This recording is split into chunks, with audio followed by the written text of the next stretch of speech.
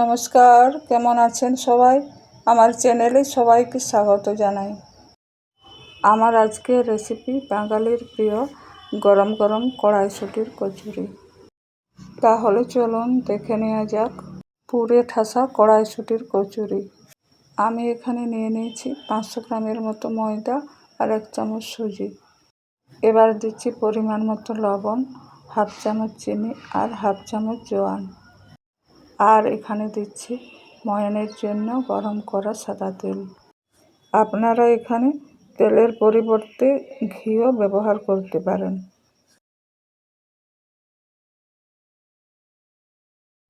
প্রথমে অবশ্যই এটাকে চামচ দিয়ে মিশিয়ে নেবেন, যেহেতু এটা গরম থাকে।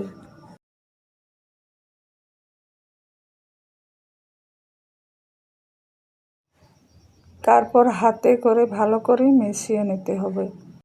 যত ভালো করে মেশাবেন কচুরিটা তত ফুলকো বা খাস্তা হবে, এইভাবে মুঠো হয়ে যাওয়া পর্যন্ত। এবার মাঝখানটা ফাঁকা করে দিয়ে দিতে হবে উষ্ণ গরম জল। জলটা একসাথে না দিয়ে কম করে 2-3 বারে দেওয়ার চেষ্টা করবেন, যাতে পাতলা হয়ে না যায়। এখন ঠেসে ঠেসে খুব ভালো করে এইভাবে মেখে নিতে হবে। দেখুন আমার মাখা হয়ে গেছে। এবার অতি অবশ্যই উপর থেকে একটু তেল লাগিয়ে দিতে হবে। এখন আমি ডোটাকে 10-15 মিনিটের জন্য রেস্টে রেখে দেব। এবার দেখুন ডোটা কতটা নরম হয়ে গেছে। এবার আরও ভালো করে 1-2 বার আমি মেখে নেব। এখন লেচি কাটার সুবিধার জন্য এইভাবে এটাকে আমি লম্বা করে শেপ করে নিচ্ছি। আর লেচিটা খুব বেশি বড় বা খুব বেশি ছোট করলে হবে না, মিডিয়াম সাইজের লেচি কেটে নিতে হবে। আর এই পুর ভরাটা খুব সহজ। লেচিটাকে এইভাবে হাতে নিয়ে বুড়ো আঙুল দিয়ে শুধু ধারগুলো আস্তে আস্তে চাপ দিতে হবে। আস্তে আস্তে লেচিটা অনেক বড় হয়ে যাবে। এবার কড়াইশুঁটির পুর দিয়ে ভালো করে মুখটা বন্ধ করে দিতে হবে। এইভাবে সবকটা লেচিতে আস্তে আস্তে পুর ভরে নেবেন। আমার সবকটা লেচিতে পুর ভরা প্রায় হয়ে গেছে।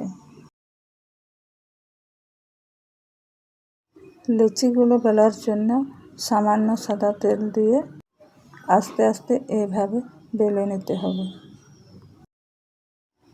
এখানে কিন্তু খুব বেশি চাপ দিয়ে বেলা যাবে না, তাহলে পুরটা বেরিয়ে যেতে পারে।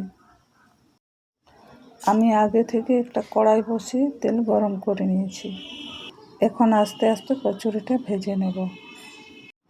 দেখুন কি সুন্দর ফুলে উঠেছে, আর চিনি দেওয়ার কারণে কালারটাও খুব সুন্দর এসেছে।